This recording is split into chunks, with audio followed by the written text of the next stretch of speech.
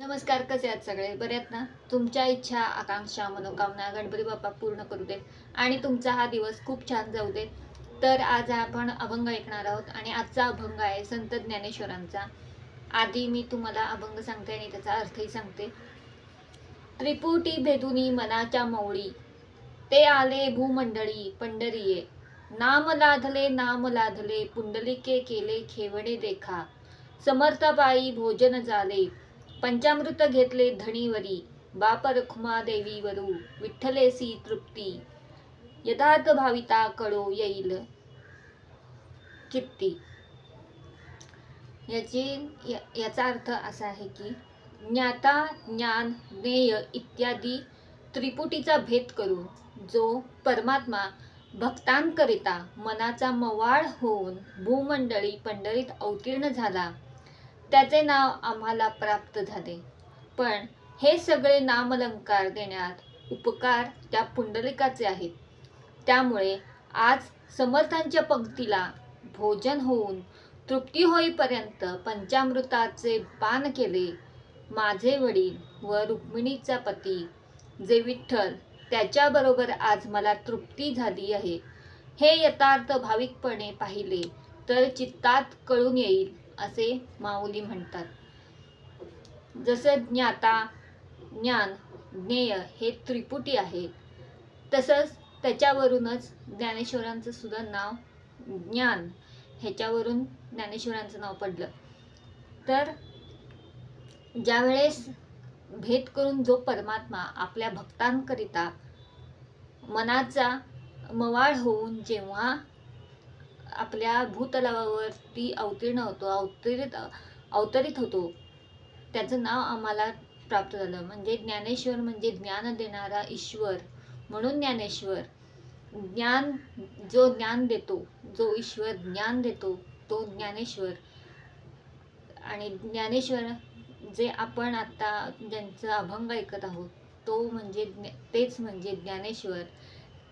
याच ईश्वराचं नाव त्यांना प्राप्त झालं असं ज्ञानेश्वर माऊली म्हणतात.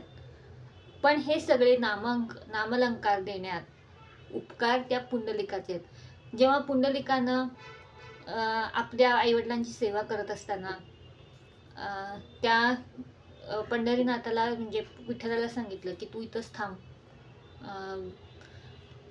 विटेवरती, तेव्हा तो विठेवरती तो उभा आहे आणि आजही तो अजून उभा आहे. ह्याचे उपकार फक्त पुंडलिकालाच आहेत, कारण का त्यानं जर थांबवलं नसतं तर विठ्ठल आला नसता.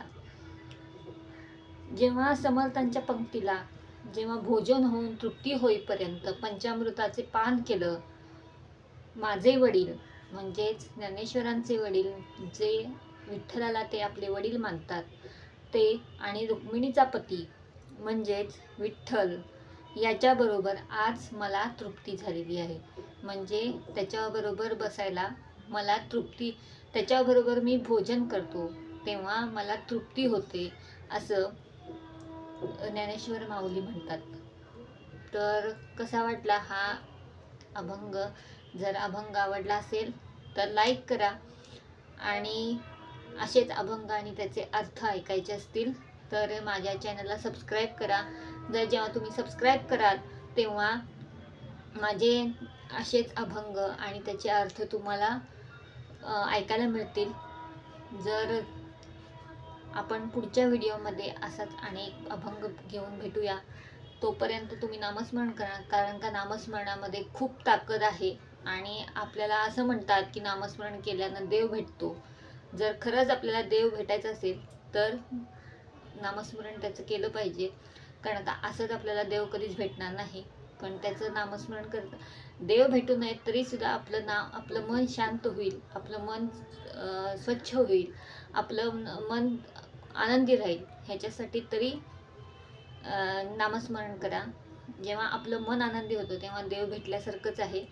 तर आपण पुढच्या व्हिडिओमध्ये असंच भेटूया.